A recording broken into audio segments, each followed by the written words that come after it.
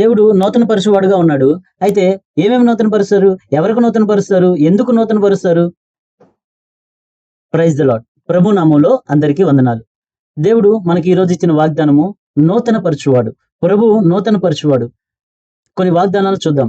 అయితే దేవుడు ఏమేమి నూతన పరుస్తారు? ఎందుకు నూతన పరుస్తారు? ఎవరికి నూతన పరుస్తారు? కొన్ని వాగ్దానాలు చూద్దాం. మొదటిగా ప్రకటన గ్రంథము 21వ అధ్యాయము 5వ వచనం చూద్దాం. సింహాసనాసీనుడై ఉన్నవాడు ఇదిగో సమస్తమును నూతనమైనవిగా చేయుచున్నానని చెప్పాను. ఏమేమి నూతన పరుస్తారంట? సమస్తము నూతన పరుస్తారంట. మన జీవితంలో సమస్తము దేవుడు నూతనమైనవిగా చేస్తారు. రెండోదిగా యెషయా గ్రంథము 43వ అధ్యాయము 19వ వచనం చూద్దాం. ఇదిగో నేను ఒక నూతన క్రియ చేయుచున్నాను, ఇప్పుడే అది మొలుచును, మీరు దాన్ని ఆలోచింపరా? నేను అరణ్యములో త్రోవ కలుగు చేయుచున్నాను, ఎడారిలో నదులను పారజేయుచున్నాను. ఏమేమి నూతన పరుస్తారంట? అరణ్యములో దారి కనపడకపోతే ఆ దారిని నీకు కలుగు చేస్తారంట. అరణ్యంలో త్రోవను కలుగు చేస్తారంట. అంటే అరణ్యముగా ఉన్న జీవితాన్ని త్రోవను కలుగు చేసి నూతనముగా చేస్తారు. ఎడారిలో నదులను పారజేస్తారంట. అంటే ఎడారి ప్రాంతంలో ఒక్క నీటి చుక్క కూడా ఉండదు, కానీ ఎడారిలో నీటి బుగ్గలను పుట్టిస్తారంట ప్రభువారు. నీకు ఎడారిలో నూతనమైన దారిని కలుగజేస్తారు, అరణ్యంలో నూతనమైన దారిని కలుగజేస్తారు. అలాగే 2 కొరింథీయులు రాసిన పత్రిక 5వ అధ్యాయం 17వ వచనం చూద్దాం. కాగా ఎవడైనను క్రీస్తు యేసునందున్న ఎడల వాడు నూతన సృష్టి, పాతవి గతించను, ఇదిగో క్రొత్తవాయును. ఎవరికి నూతన పరుస్తారంట? ఎవరైతే క్రీస్తునందు ఉంటారో వారికి నూతన పరుస్తారంట. ఏమి నూతన పరుస్తారు? సమస్తము నూతన పరుస్తారు, త్రోవను నూతన పరుస్తారు, ఈ ఎడారిని నూతన పరుస్తారు. అలాగే కీర్తన గ్రంథము 51వ అధ్యాయం 10వ వచనం చూద్దాం. దేవా నా యందు శుద్ధ హృదయము కలుగజేయము, నా అంతరంగంలో స్థిరమైన మనస్సును నూతనముగా పుట్టించుము. దావీదు గారు ఏమడుగుతున్నారంటే శుద్ధ హృదయాన్ని అడుగుతున్నారు. అంటే ఉన్న హృదయాన్ని, అపరిశుద్ధమైన హృదయాన్ని శుద్ధ హృదయం కలుగు చేస్తారంట దేవుడు. అంతరంగంలో మనస్సును నూతన పరుస్తారంట. ఉన్న మనసును కాక నూతనమైన మనసును దేవుడు పుట్టిస్తారంట. అంటే మనస్సును నూతన పరుస్తారు, హృదయాన్ని నూతన పరుస్తారు. తర్వాత యెహెజ్కేలు గ్రంథము 11వ అధ్యాయం 19వ వచనం చూద్దాం. వారు నా కట్టడలను గైకొన్నట్లు నేను వారి శరీరంలో నుండి రాతి గుండెను తీసివేసి వారి యందు నూతన ఆత్మను పుట్టించెదను. ఏమి పుట్టిస్తారంటే నూతన ఆత్మను పుట్టిస్తారంట. స్థిరమైన మనస్సును పుట్టిస్తారంట. అయితే ఎవరెవరికి కలుగజేస్తారు ఇవి? సమస్తమును నూతన పరుచుట, త్రోవను నూతన పరుచుట, నదులను నూతన పరుచుట, హృదయాన్ని నూతన పరుచుట, స్థిరమైన మనస్సును నూతన పరుచుట, నూతన ఆత్మను పుట్టించుట. ఎవరికి అంటే ఎవరైతే దేవుని కట్టడలను గైకొంటారో వారికి నూతన పరుస్తారంట. వారి జీవితంలో, వారి హృదయంలో రాతి గుండెను తీసి మాంసపు గుండెనిస్తారంట. వారి ఆత్మకు నూతనత్వాన్ని దయచేస్తారంట.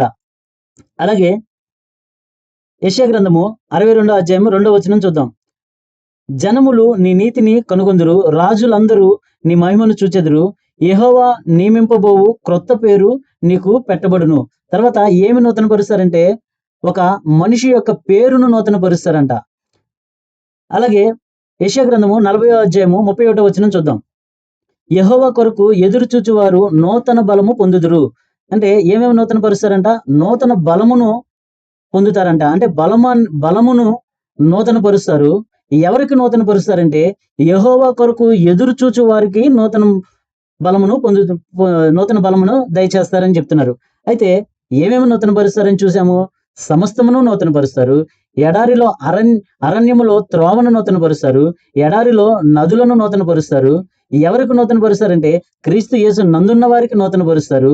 యెహోవా కొరకు ఎదురు చూచు వారికి నూతనముగైన కార్యాలు చేస్తారు. ఇంకా మరి ఎవరికి చేస్తారు అంటే దేవుని యొక్క కట్టడలను గైకొను వారికి తన కార్యములను నూతన పరుస్తారు. కాబట్టి ఎవరికి నూతన పరుస్తారు చూసాము, ఎందుకు నూతన పరుస్తారు చూసాము. కాబట్టి మన జీవితంలో దేవుడు మన కార్యాలను నూతనం చేయాలంటే, మన పట్ల అద్భుత కార్యాలు, ఆశ్చర్య కార్యాలు దేవుడు మన పట్ల చేయాలంటే ఈ వాగ్దానాలను ఎత్తిపెట్టి మనం ప్రార్థన చేసినప్పుడు దేవుడు తను ఇచ్చిన వాగ్దానము నెరవేర్చుటకు సమర్థుడు. కాబట్టి దేవుడు మన జీవితంలో నూతనమైన కార్యాలు నూతన పరుచుటకు దేవుడు సిద్ధంగా ఉన్నాడు. ఎందుకంటే దేవుడు అడుగు వాటి కంటే, ఊహించు వాటి కంటే అత్యధికమైన మేలు చేయడానికి దేవుడు సమర్థవంతమైన దేవుడు. కాబట్టి దేవుడు మన జీవితంలో సమస్తమును నూతనపరచాలన్నా, మనం వెళ్ళే త్రోవను నూతనపరచాలన్నా, మన ఎడారిలో నడుచున్నప్పుడు ఎడారిని నదులుగా పారజేయాలన్నా, శుద్ధ హృదయం కలుగజేయాలన్నా, స్థిరమైన మనస్సును దేవుడు పుట్టించాలన్నా, నూతనమైన ఆత్మను పుట్టించాలన్నా, మనకున్న బలమును నూతన పరచాలన్నా, ఎవరెవరికి నూతన పరుస్తాడంటే దేవుని కొరకు ఎదురు చూచు వారికి దేవుడు ఇవన్నీ నూతన పరుస్తారు. అలాగే దేవుని కట్టడలను గైకొని నడుచుకున్న వారికి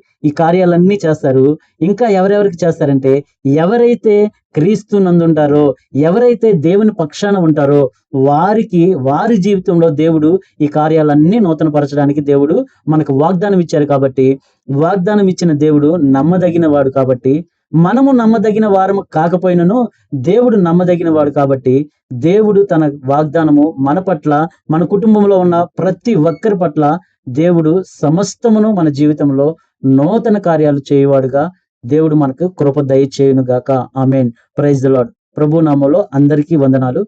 దేవునికే మహిమ, ఘనత, ప్రభావం చెల్లును గాక. ఆమేన్. Praise the lord.